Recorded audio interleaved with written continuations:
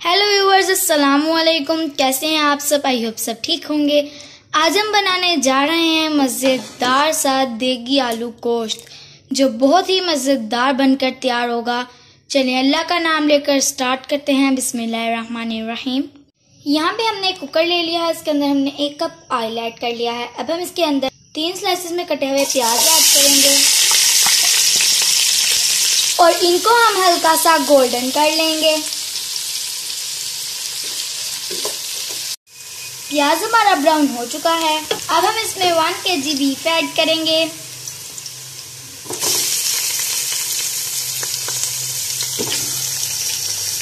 गोश्त की हमने मिक्स बोटी ली है, क्योंकि आलू शोरबे में हड्डियों का शोरबा अच्छा बनता है। अब हम इसको 3-4 मिनट के लिए भून लेंगे।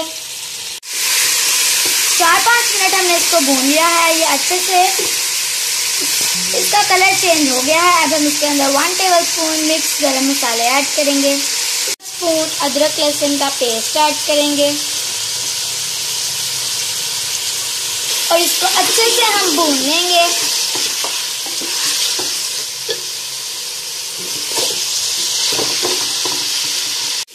अदरक लहसुन के साथ हमने इसको अच्छे से 4-5 मिनट के लिए भून लिया है। अब हम इसके अंदर 1 कटा हुआ टमाटर और कुछ कटी हुई सब्ज मिर्चें ऐड करेंगे।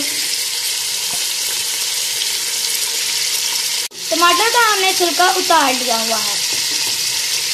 अब इसको भी हम 1-2 मिनट के लिए भून लेंगे।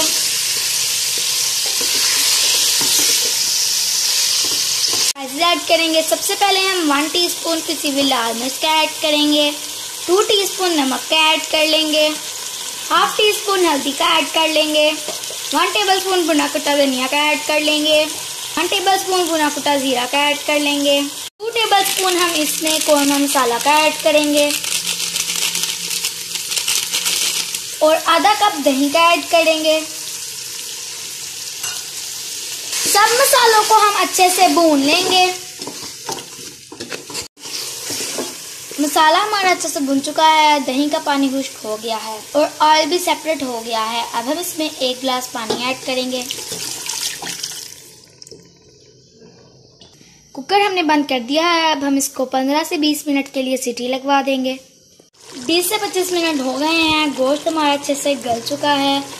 अब हम इसके अंदर 3 स्लाइसेस में कटे हुए आलू ऐड करेंगे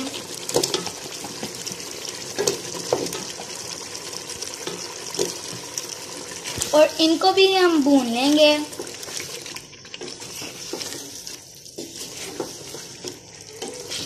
आलू को भी हमने थोड़ी देर के लिए अच्छे से भून लिया है। अब हम इसके अंदर शोरबे के लिए पानी ऐड करेंगे। पानी हम गरम ऐड करें, ठंडा नहीं ऐड करेंगे। पानी आप जितनी आपको ग्रेवी चाहिए आप उस हिसाब से पानी ऐड कर सकते हैं। अब हम इसको ढक कर आलू गलने तक पका लेंगे।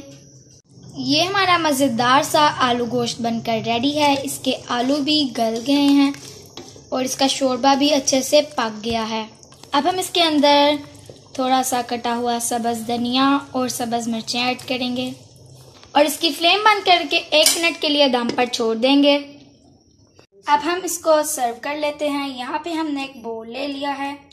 ये देखें हमारा मज़ेदार सा देगी आलू गोश्त, जिसको आप चावलों के साथ खाएं या नान के साथ खाएं या रोटी के, आपको बहुत ही मज़ा आएगा।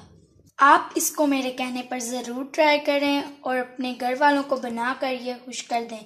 ये बहुत ही मज़ेदार और लजीज बनेगा। अगर आपको ये हमारी मज़ेदार सी देगी आलू गोश्त की रेसिपी पसंद आए तो वीडियो को लाइक करें, चैनल को सब्सक्राइब करें और कमेंट करें। शुक्रिया।